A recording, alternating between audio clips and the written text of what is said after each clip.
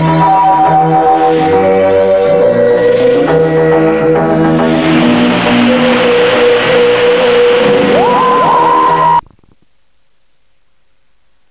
and welcome to a brief history of Doctor Who. In this episode we look at the 10 Doctors that have been and speculate on the 11th. We'll start with William Hartnell, aka the First Doctor. He was there since 1963 and left in 1966 if I am correct. Yes, you're right.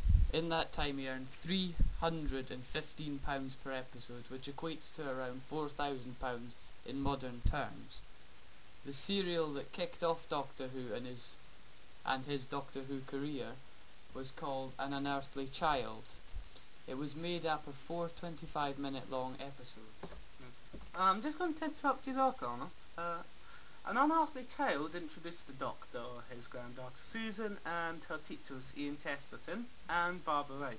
The three get kidnapped into the past by the Doctor, who is portrayed as an old grumpy fart to say the least.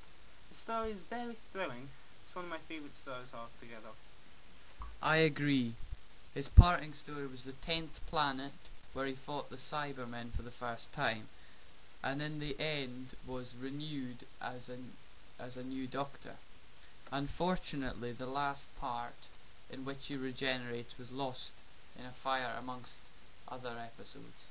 An interesting fact about William Hartnell was that they were red, and that he didn't have light combed back hair.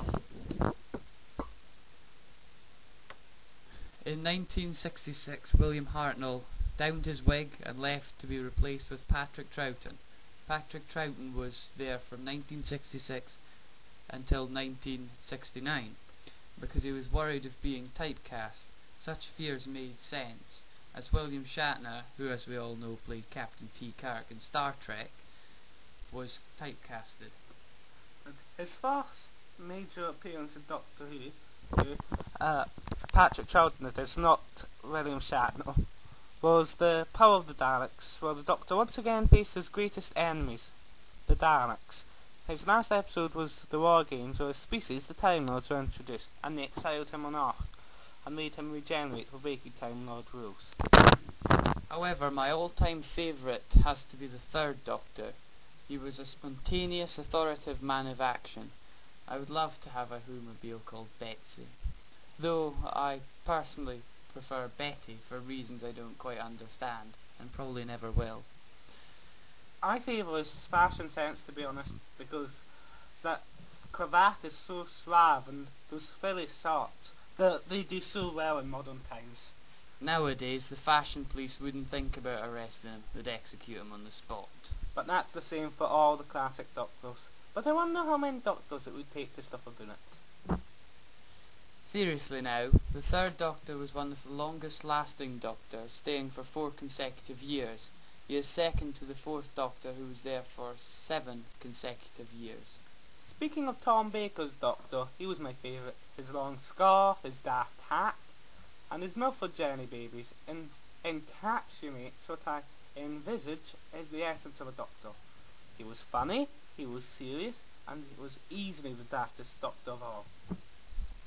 He appeared in no less than 42 stories, a reference maybe, Cameron, which is equal to 172 episodes. If you were to do the maths, that's 21% of the 200 stories that have existed to this date. You're such a geek sometimes, Connor. But anyway, the 4th Doctor's last episode was Locopolis. I liked the episode, but it was weird, and the Doctor's regeneration was lacking. But I'm curious about your opinion, Connor. I agree, lacking is an understatement. He fell off a tower, that was it. And it was less of a fall and more of a let's go intentionally. I was seriously disappointed in it.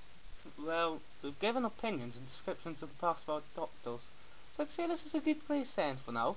So we'll see you next part, where we discuss the next 5 Doctors. So, goodbye. Until next time, goodbye.